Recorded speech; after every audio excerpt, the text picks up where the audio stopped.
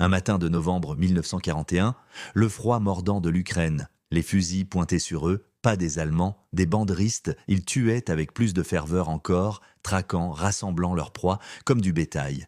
Deborah Zelenska se souvenait de la dernière prière de son père, des lèvres de sa mère frémissant sur le schéma Israël.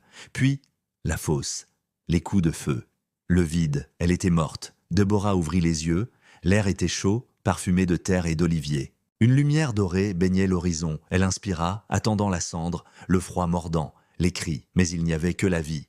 Ses mains tremblaient, plus de peau tendue sur des os, puis elle vit les autres. Des dizaines de silhouettes se relevaient, hagardes, vêtues d'habits d'un autre temps, pleurs, prières, et au milieu d'eux, deux visages. Son souffle se coupa. Ses parents, le même sourire fatigué, les mêmes yeux inquiets, mais jeunes. Elle porta une main à son visage, elle aussi, 18 ans. Elle se jeta dans leurs bras, sanglotant. Ils s'étaient retrouvés. Un autre monde. Ce n'était ni un shtetl, ni un ghetto. Le sol était pavé de pierres polies. Autour d'eux, un village. Maisons blanches aux toits rouges, vergers, serres foisonnantes, des silhouettes travaillaient sous l'ombre d'oliviers. Centenaires. Des drones survolèrent les champs. Un kibbutz.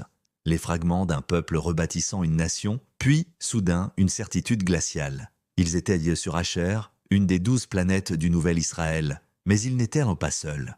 Quelque chose s'éveillait, un murmure, une tension. Déborah leva les yeux. Au-delà d'Asher, une lueur rougeâtre palpitait dans l'aube. Juda est sur cette planète, le temple, pas une ruine. Un troisième temple, rebâti pour abriter le Sanhédrin, le cœur du pouvoir.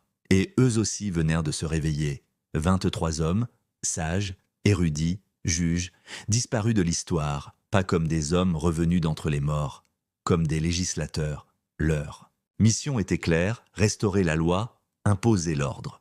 Et Déborah, qui avait vu la tyrannie broyer son peuple, frissonna. Ils avaient été ramenés à la vie.